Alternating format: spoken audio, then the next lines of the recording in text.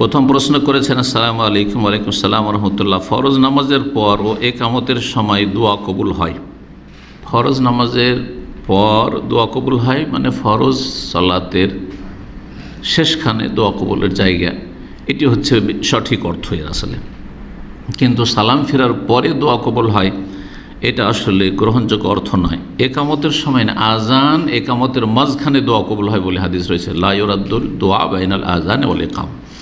কিন্তু শুধু একামতের সময় দোয়া কবুল হয় এমন কথা আমার জানা নেই। তবে যদি সেটাকে ধরেন যে আজান একামতের মাঝখানের, সেটাও তার একটা অংশ, তাহলে সেটা আলাদা কথা। তাই একামতের সময় এবং প্রত্যেক ফরজ নামাজের পর নিয়মিত সুন্নতি জিকির সম্পন্ন করে তারপরে হাত তুলে একা একা দোয়া করলে কি বেদাত হয়? হ্যাঁ, বা বেদাত হয়ে যাবে?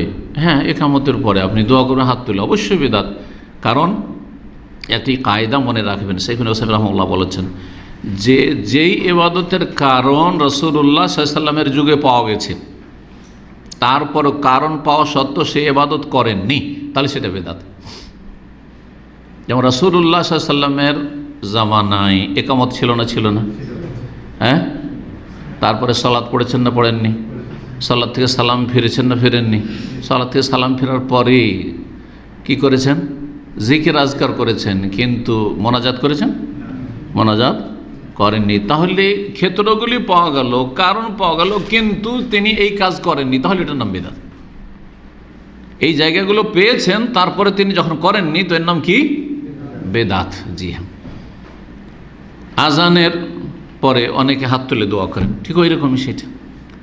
আজান মুয়াজ্জিন দিয়েছেন, বেলাল রাদিয়াল্লাহু তাআলা দিয়েছেন না দেননি?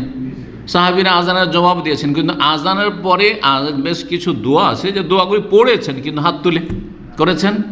তাহলে এই ক্ষেত্রগুলি পেয়েছেন, মানে এই কারণগুলি ছিল সেই সময়, কিন্তু তারপরে ইবাদত করেননি, সুতরাং সেটি হচ্ছে বেদাত। জি, এভাবে নবী সাল্লাল্লাহু আলাইহি ওয়াসাল্লাম দার্স দিয়েছেন না দেননি? আমাদের মতো আলোচনা করেন নাই? মসজিদ নববীতে সব কিছু ছিল, দিন শিখেছেন না শিখাননি?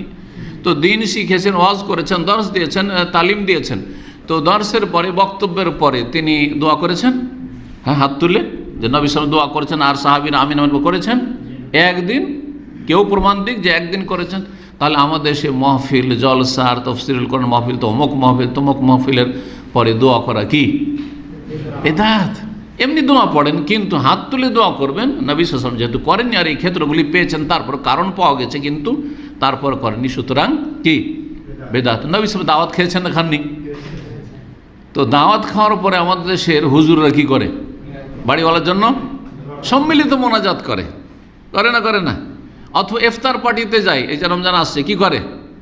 ইফতারের আগে সম্মিলিত মোনাজাত করে। হুজুর দোয়া ধরেন, একটু মোনাজাত ধরেন, মোনাজাত ধরলার সময় আমিন আমিন করছে।